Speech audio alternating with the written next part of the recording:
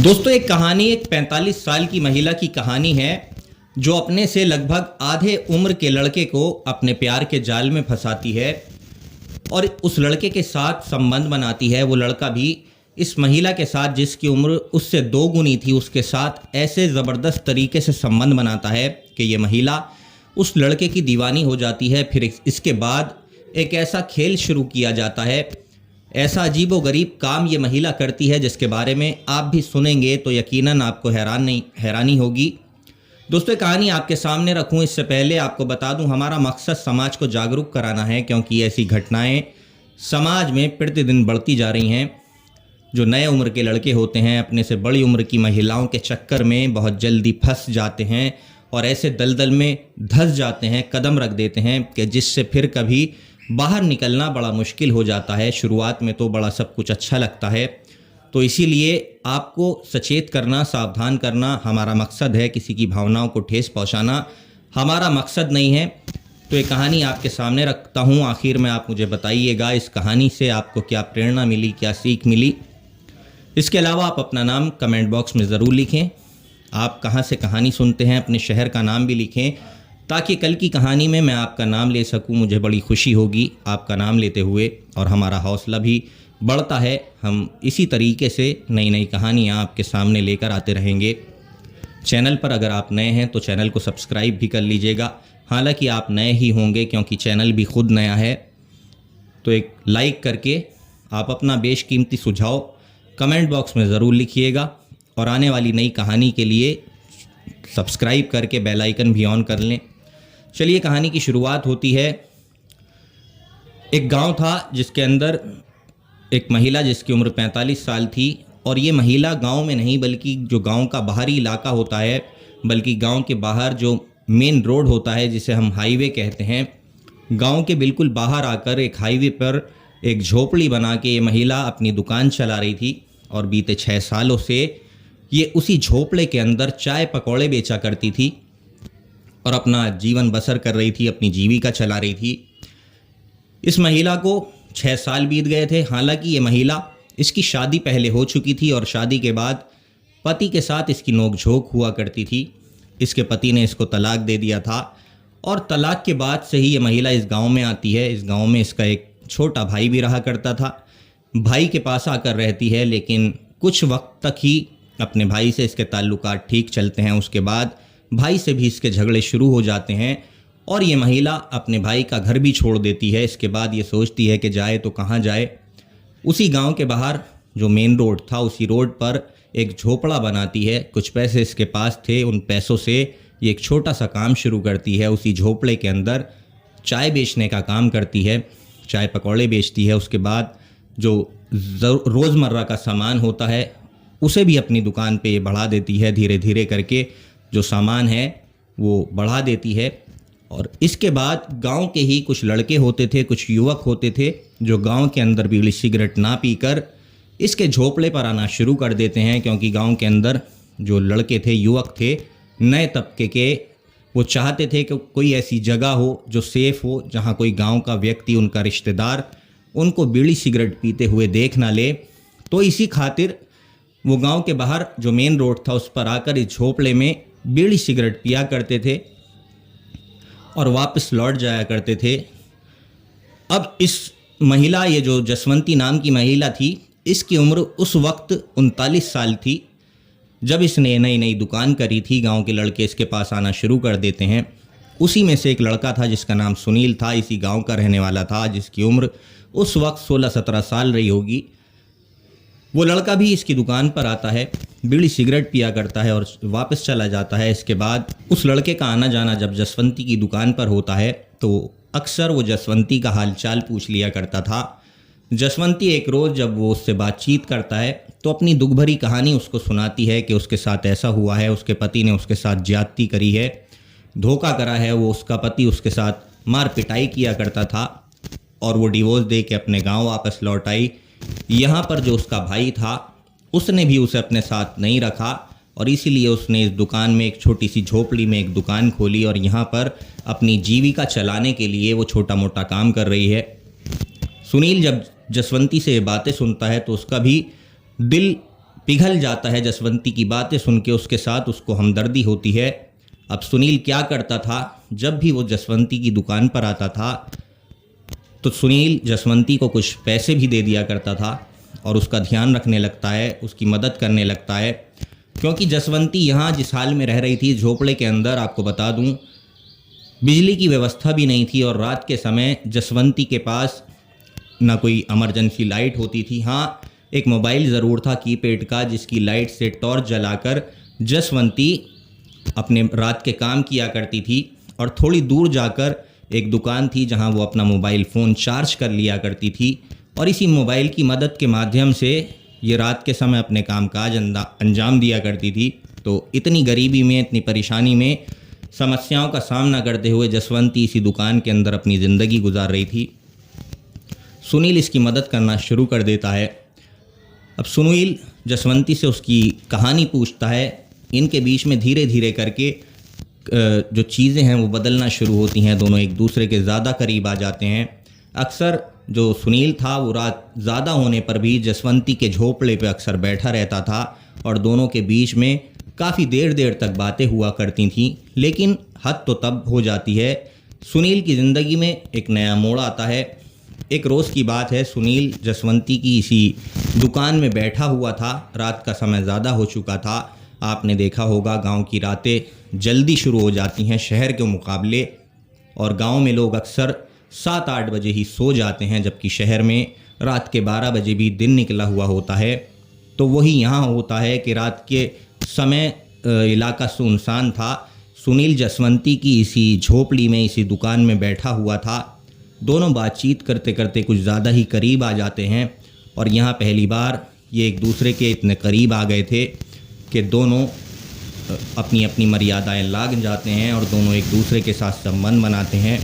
सुनील पहली बार जब जसवंती के साथ संबंध बनाता है तो इतने ज़ोरदार तरीके से संबंध बनाता है कि जसवंती सुनील की पूरी तरीके से दीवानी हो जाती है, वो उसे प्यार करने लगती है।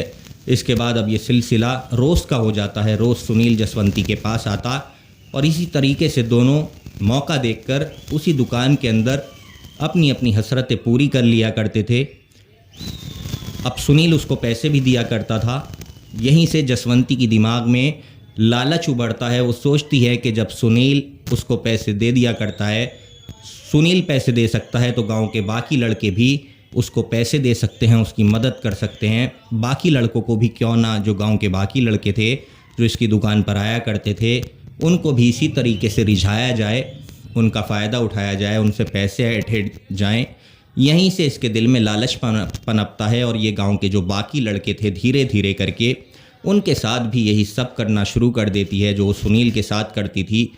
एक के बाद एक गांव के कई लड़के जसवंती का शिकार होते जाते हैं। इसके बाद एक रोज़ की बात है, सुनील का एक दोस्त था जिसका नाम दीपक था।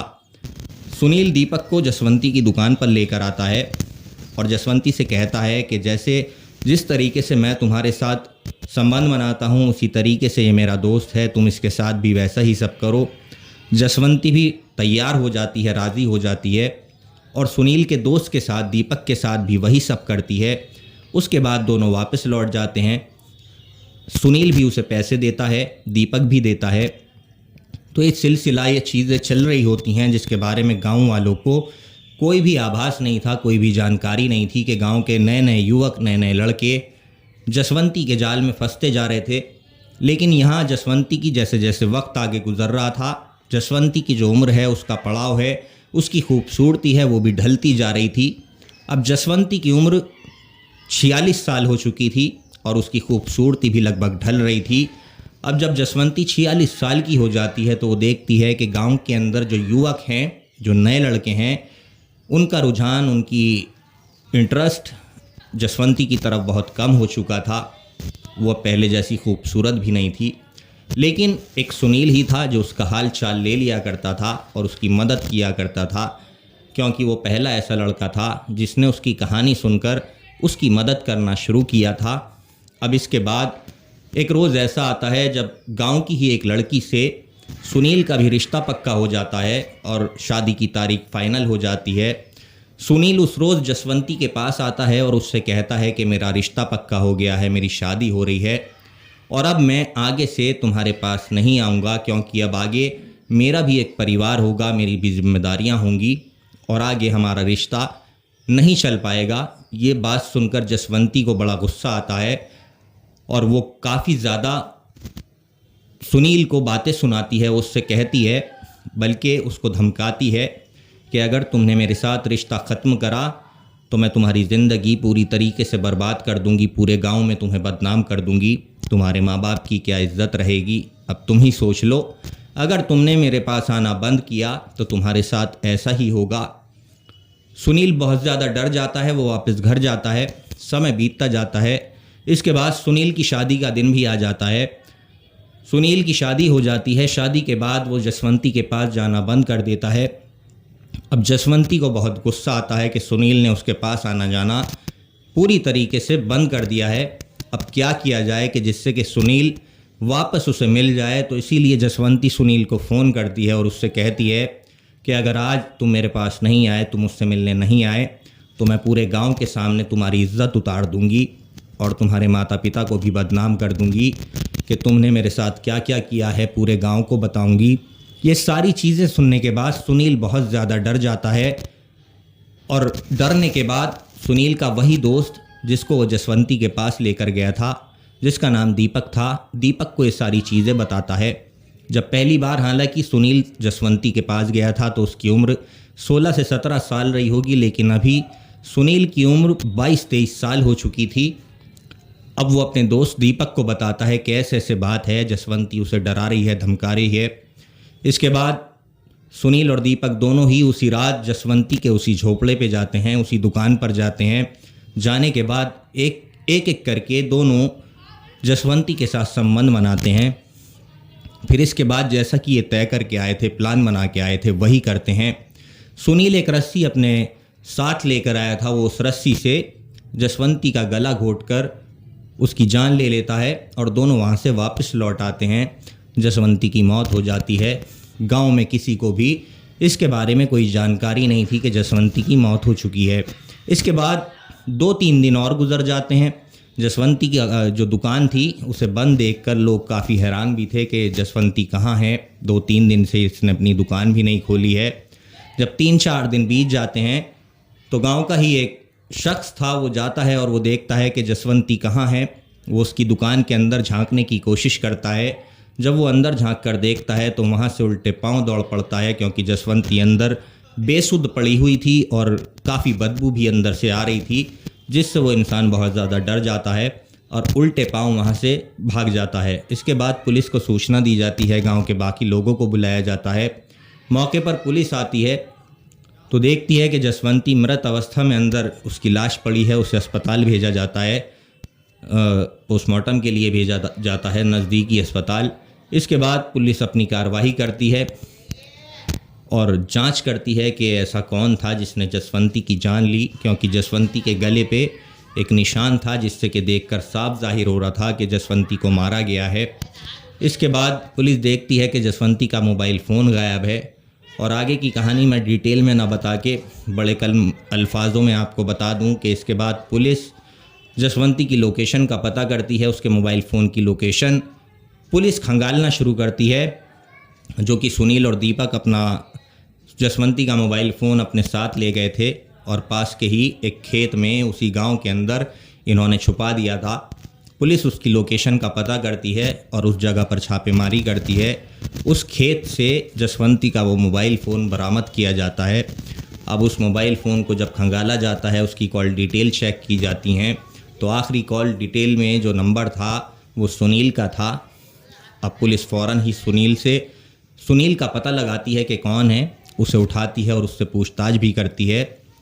सुनील बहुत जल्दी अपना जुर्म कबूल कर लेता है और वो बताता है कि ऐसे ऐसे जसवंती ने उसे डराया धमकाया था, जिसकी वजह से वो बहुत ज़्यादा डर गया था। उसकी शादी टूटने के कगार पर थी और इसीलिए उसने अपने एक दोस्त जिसका नाम दीपक था उसके साथ मिलकर जसवंती की जान ले ली। इसके बाद जो दीपक था उसकी पत्नी भी वापस मायके लौट जाती है और दीपक से अपना नाता ख़त्म कर देती है। पूरे गांव में उसके परिवार की, उसके माता पिता की खूब बदनामी होती है। दीपक जेल चला जाता है, सुनील भी चला जाता है और दोनों ही आज जेल की सलाखों में अपने अपने गुनाहों की सज़ा काट रहे हैं। तो ये कहानी थी। कहानी से आपको क्या सीख मिली, कमेंट बॉक्स में आप कमेंट करके हमें ज़रूर बताइएगा। कल फिर एक नई कहानी के साथ आपसे मुलाकात होगी। तब तक आप अपना ख्याल रखें। धन्यवाद। जय हिंद।